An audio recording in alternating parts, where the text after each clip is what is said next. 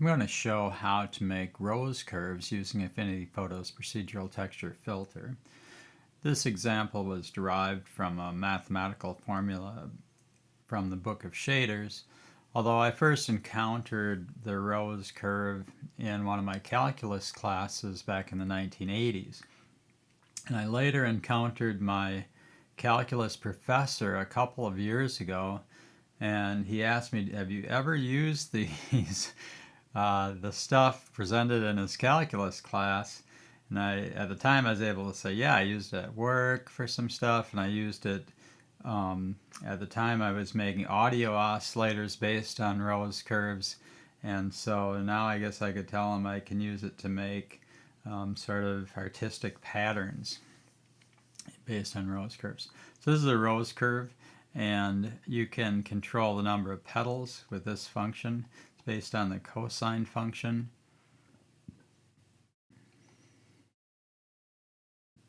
This one is set up. I have a smooth edge. I can sweep that. I could also rotate these, and I can control the size of them, which if you sort of, oops, wrong way. So if you zoom out and have a lot of them, you can have different effects like that. And then if I bring this down a little bit,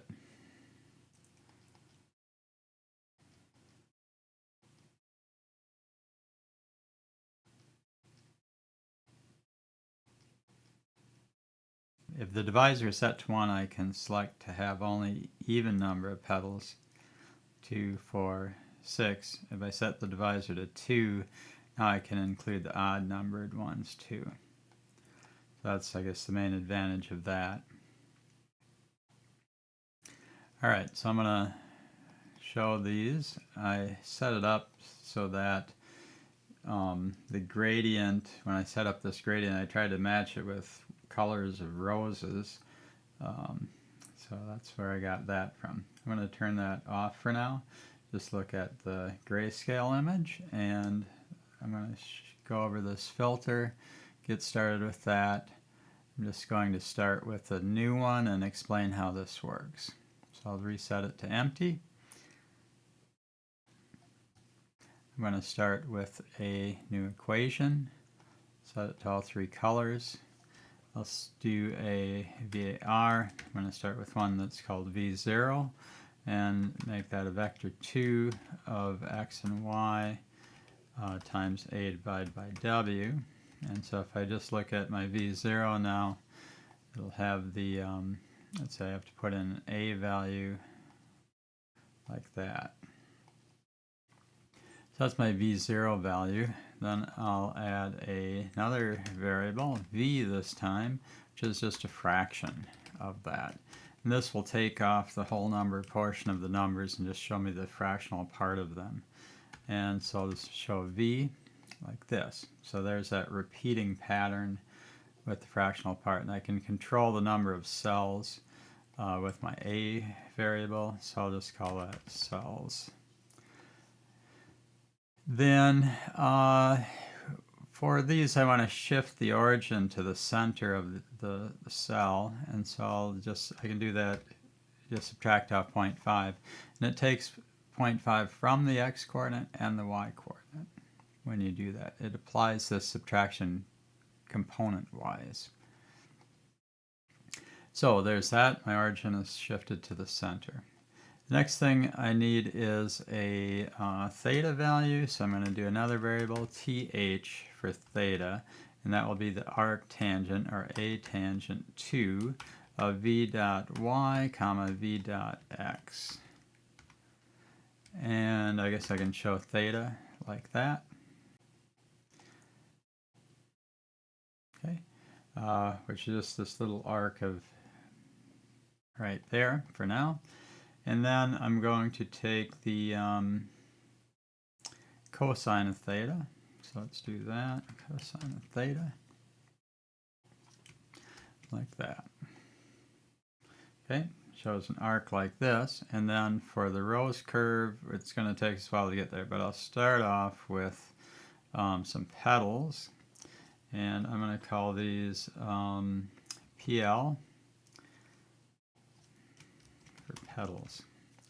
And I'll start off with, I guess, 3. Most basic rose curve. And I just multiply by PL. And so you can see 3 shapes there.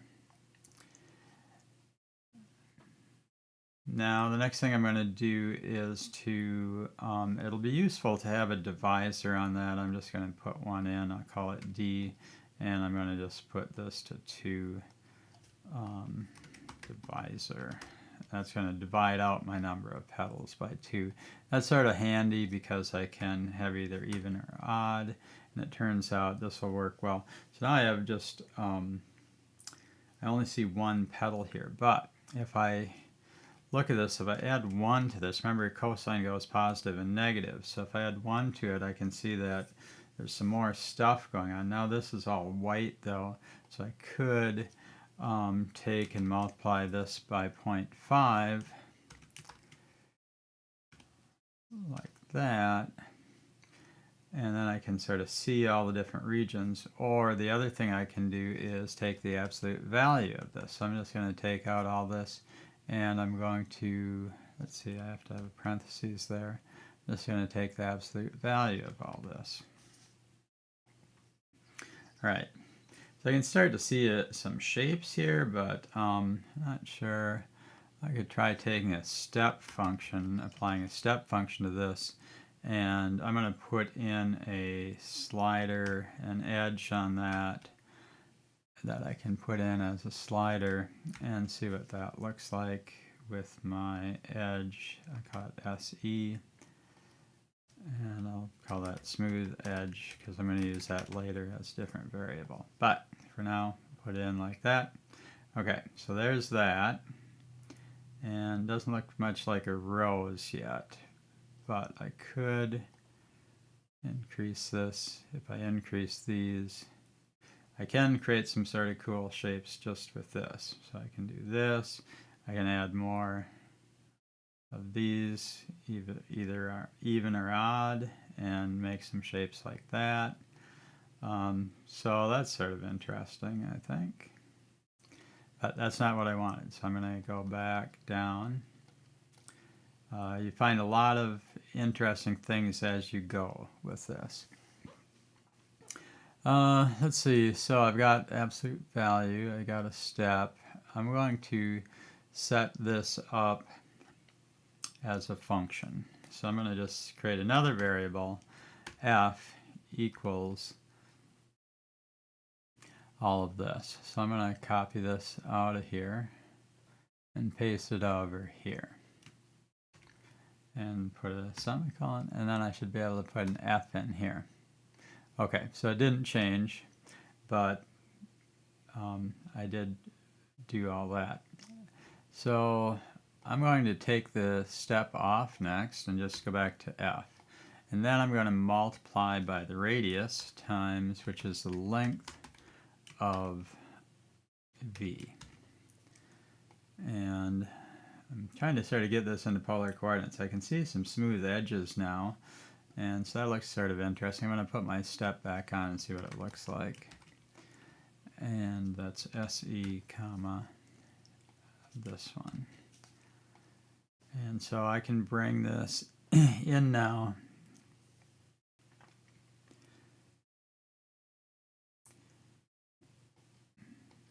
So that looks sort of cool. So there's some cool patterns right there. I could turn my gradient on so I have some color on that. So you can get some interesting patterns with that. And also increase this. So that's sort of interesting, but not exactly what I'm looking for. Let's try.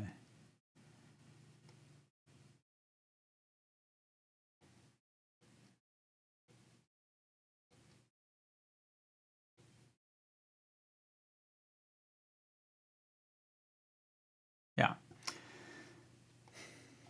So I'm going to go, so I've got the absolute value cosine. I think one thing might be nice if I could have a, first thing I'm going to do is add another variable for the radius, and that is RD. So add VAR, RD equals length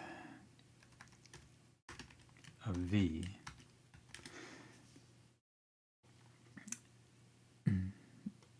And then I can, that simplifies this because I have an RD over here. And so it didn't change, but it's still working. And the last part I'm going to do is to, and I thought this was pretty clever in the book of shaders, they, instead of this, they use a smooth step. And they put the f, the function for the rose curve, over here as the edge of the step. And then they make this one, so I'm just going to do that for both of these. And I'm going to just have the radius over here. Okay. So then I have that, but I need a way to scale. It doesn't look like too much now. I'm going to just bring this down to 1 so I can see what's going on. But it is starting to round off there. What I need is a way to scale the size of this. So I'm going to multiply this by a size variable and make that a slider from 0 to 1 so that, let's see, size, call it size. And then I can bring this down like that. There. Now I can see the rose curve. So I can change the petals like this. I'll bring it down to 2. So that's 2 petals, 3, 4, 5, 6. So now it's controlling the number of petals directly. I could bring this down 1 more, but let's see, is my divisor on? Yeah, so that is, I guess, 0, 2, 4. Yeah, or bring this up, and then I can get some other weird shapes, you know, that are coming in that are intermediate. If I have this up to something like 5, or you could have a fractional number, but this works best if I just set it at 2. Then my number of petals matches the number that show up on the screen. So that's pretty cool. The other thing I could do is I have this smooth edge, and so instead of just going from F to F, I could go to F plus SE. Okay, so when I do that, then I have my smooth edge applied to this and my size applied, so I can make a, and so then when I turn on my gradient, ooh, then I get my colors to come through. Okay, I could also add a, on the rotation, this orientation is a little weird. I've got my 5th point over here. Maybe I want to be able to rotate that, and that's easy enough to do by adding in a rotation factor.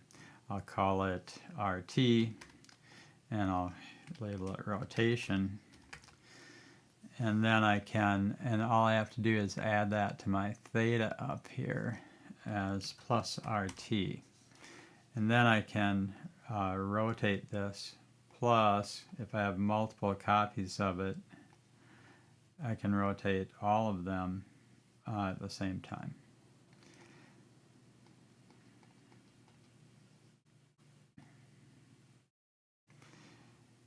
And so, yeah, so you can create a variety of different effects with the final rows or with some of those intermediate patterns using this rows function. I'll put a link to the book of shaders in the description for the video in case you want to look at their code that they have over there. And let me know if you have any comments or questions. And thanks for watching.